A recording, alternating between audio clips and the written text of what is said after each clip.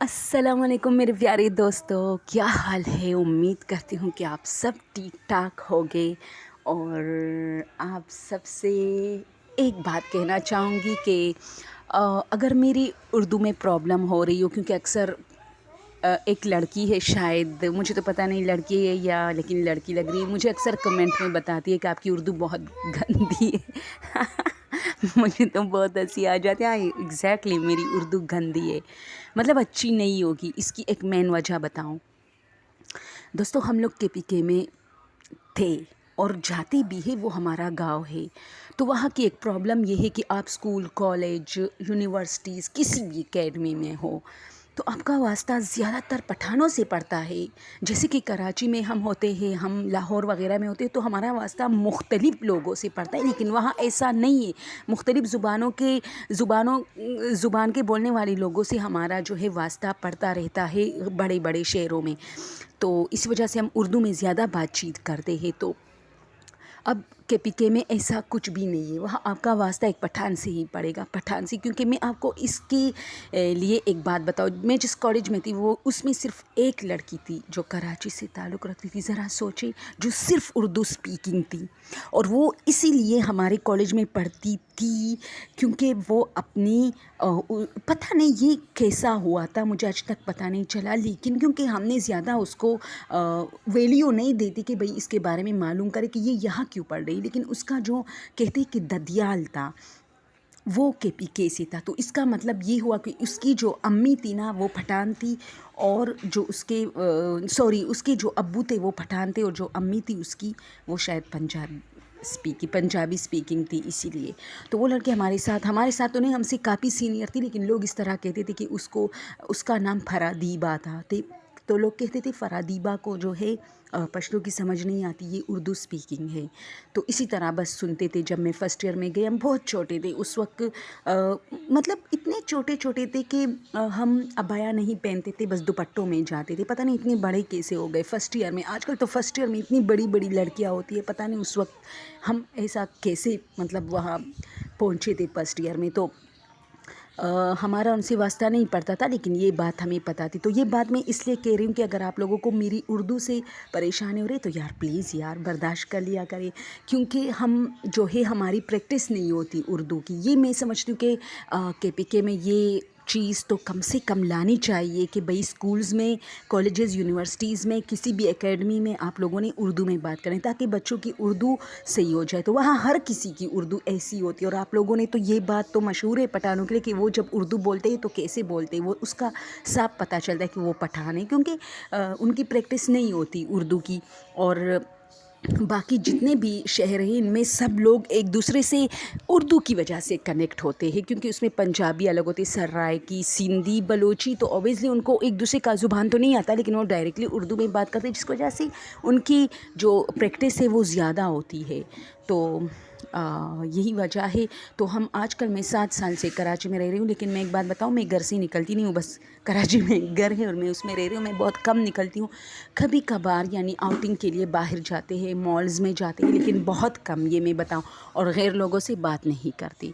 تو اسی وجہ سے میں آپ لوگ کو کلیئر کروں کہ میرا کوئی پریکٹس اردو کا نہیں ہے، بس انہی سٹوریز سے مجھے پریکٹس مل جاتی ہے۔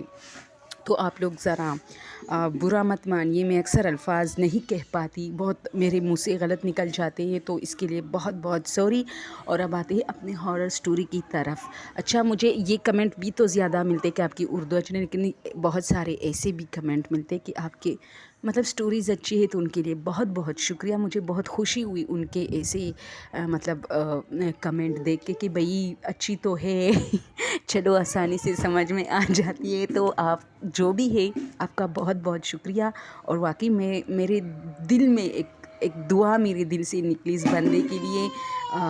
نام تو میں یہاں شو نہیں کروں گی، لیکن بہت اچھا اس نے کہا کہ بھئی چلو دیکھنے کے قابل تو ہے، ہمیں آسانی سے سمجھ آ جاتی ہے، تو کیپ اٹ اپ۔ اوکے، اب جو ہے ہم سٹوری کی طرف آتے ہیں۔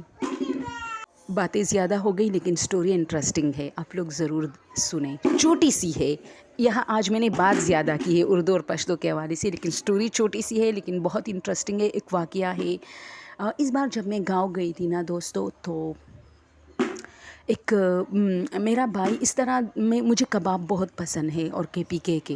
تو میرا بھائی پھر روز میرے لیے کباب لے کے آتا ہے، روز روز، یعنی ہر رات میں چائے کے ساتھ بھی کباب کھاتی ہوں، میں ویسی بھی کباب کھاتی ہوں، میں بھی کباب پسند کرتی ہوں۔ تو اس نے وہ چپلی کباب جو ہوتے ہیں نا، کیونکہ میں گوشت خور ہوں، مجھے گوشت بہت پسند ہوتا ہے، بیف، چکن والا نہیں، تو میرا بھائی جو ہے وہ تھوڑا سا اداس تھا، تو میں نے ان سے پوچھا کہ بھائی کیا ہوا ہے؟ اچھا ایک بات میں کلیئر کروں، یہ مسئلہ بہت پہلے سے شروع ہوا تھا گاؤں میں، کیونکہ میں جب گاؤں گئی تھی میں نے اس کی 2-3 پارٹس آپ لوگ کے ساتھ شیئر کیے تھے، اور یہ چل رہا ہے ابھی تک کہ میرا بھائی مجھ سے کہنے لگا کہ بھائی میں بہت اداس ہوں، میرا ایک دوست ہے اور اس کی بہن ہے جو کہ اس پر کچھ عجیب سا اس کے ساتھ کچھ ہو رہا ہے، یعنی رات کو وہ اٹھتی ہے اور پھر مطلب ظاہر سی بات ہے ایسی جگہوں پہ جانا پسند کرتی ہے جو بالکل جہاں اندھیرا ہو، جہاں بہت زیادہ ویرانی ہو، اور ایسی حرکتیں وہ کرتی ہے کہ تو وہ کافی جو ہے ڈسٹرب ہے، اور اس کا علاج کافی حکیموں اور مولانا وغیرہ سے ہو رہا ہے، اور کبھی بہتری آ جاتی ہے، کبھی نہیں آتی۔ تو کچھ جب سے ہم آئے تھے یہ سلسلہ تھوڑا اسموتھ ہوا تھا، یعنی کہ سب کچھ صحیح ہوا تھا۔ پھر اچانک میرے بھائی نے مجھ سے کہا کہ وہ پھر سے بہت بیمار رہنے لگی، اور اس بار تو کچھ عجیب سا کر رہی ہے، کہتے ہیں کہ رات کو وہ چپ چپ کے باہر، جو گرمی ہے نا تو لوگ باہر صحن اور برآمدوں میں سو رہے ہیں، تو وہ اٹھ کے اس کا ہسبینڈ جب اس کو ڈھونڈنے لگتا ہے کہ کہاں ہے، تو وہ چارپائیوں کے نیچے چپ، جیسے بچے چپتے نہیں ہیں ایسے، جیسے وہ کسی کے ساتھ کھیل رہی ہے، اور ایسا کھیلتی ہے جیسے بچے، اور ہنستی بھی ہے بچوں کی طرح۔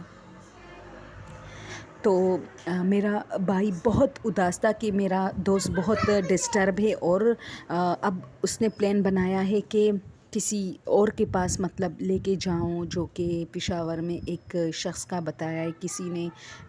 جو بہت ساری لوگ اس کے ساتھ ٹھیک ہوئے ہیں، تو انہوں نے کہا ہے کہ تم بھی میرے ساتھ جاؤ، لیکن یہ کافی مشکل کام ہوگا، کیونکہ ایسے بندے کو جب آپ دوستوں لے کے جاتے ہو نا تو اس کو پتہ چل جاتا ہے، اور وہ کیا کرتا ہے، تو ایسے بندے کو دوستوں پتہ چل جاتا ہے، اور پھر وہ بہت مطلب زور چلاتا ہے راستے میں، کیونکہ ایک مرتبہ اس کو لے کے جا رہے تھے، تو اس نے جو ہے ڈرائیور کی جو سیٹ تھی نا، اس نے نوچ نوچ کے اس کو اپنی طرف یوں پیچھے کی طرف مطلب اس کو جھکایا، اور ڈرائیور کو پکڑا تھا اس نے، اور بہت مشکلوں سے اس کو لے کے گئے تھے وہ لوگ، تو یہ کچھ ہوا تھا اس کے ساتھ معاملہ، تو اب پھر اس کو لے کے جا رہے، کہتے ہیں کہ رات کو اٹھتی ہے، تو ہم لوگ سارے گھر والے اس کو ڈھونڈنے لگتے، تو بہت بڑے بڑے گھر ہیں ان لوگوں کے، تو کہتے ہیں کہ جا کے وہ کسی دیوار کے ساتھ لگ کے چپکے سے کڑی ہوتی ہے اندھیرے میں، اور ہمیں نظر تو نہیں آتی، ہم کبھی ایک کمرے میں، کبھی دوسرے کمرے میں، کبھی دروازوں کے پیچھے، کبھی کہیں، تو یہ آہستہ آہستہ اس طرح ہنستی ہے کہ تو پھر ہمیں اس کی ہنسی سے پتہ چلتا ہے، یعنی کہ یہ کہاں پر ہے، آواز کہاں سے آئی، اور نظر نہیں آتی، اور اچانک آنکھوں کے سامنے غائب ہو جاتی ہے، اور رات کو اٹھ کے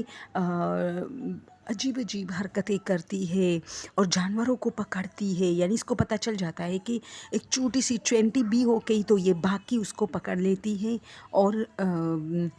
اگر کوئی اور جانور جیسے بھورا وغیرہ تو یہ جا کے، یعنی ہمیں نظر نہیں آتی، اور یہ جا کے اس کو جیسے خوشبو آتی ہے اس کی، جو جسم کی جو وہ ہوتی ہے نا، ہر جانور کی اپنی ایک وہ ہوتی ہے، تو یہ جا کے اس کو پکڑ لیتی ہے جھاڑیوں کے بیچ میں جا کے، تو ہم لوگ کافی ڈرے ہوئے ہیں اور حیران ہیں دوستو، یہ ایک ریئل واقعہ ہے جو اس وقت چل رہا ہے، اور اب کچھ دنوں میں اس کو پشاور لے کے جائیں گے، تو میرا بھائی بہت اداس تھا، کیونکہ وہ جو ان کا دوست ہے وہ ہمارا رشتہ دار بھی ہے، اور وہ بہت اداس ہے کہ میں نے اپنی بہن کی ایسی حالت دیکھی ہے کہ مجھ سے مطلب دیکھا نہیں جاتا اس کی یہ حالت، اس کے 2-3 بچے بھی ہیں دوستو، تو ظاہر سی بات ہے جب ماں بیمار ہو تو بچے بھی ڈسٹرب ہو گئے، تو اب یہ کیسی بیماری ہے، کیا بیماری ہے، وہ لوگ حیران ہیں، ڈاکٹروں کے پاس لے کے گئے، لیکن سب کو نظر آتا ہے کہ اس کے ساتھ جیسے کوئی ہے، کچھ بچے ہیں اس کے ساتھ، جو کہ کھیل رہے ہوتے ہیں، کیونکہ دوستوں وہ عجیب عجیب حرکتیں کرتی، جیسے بچے ہائیڈ اینڈ سیک کھیلتے ہیں یہ بھی کھیلتی ہے، اور اس کے پاس سے بچوں کی آوازیں آتی ہے اور آنکھیں اس کی کافی خوفناک اس وقت بن جاتی ہے، اور اپنے بچوں کے ساتھ بالکل مطلب اس کا جو ہے ایسا ہوتا ہے جیسے یہ اپنے بچوں کو جانتی بھی نہیں ہے اس وقت جب اس پر یہ چیز قابض ہو جاتا ہے۔ تو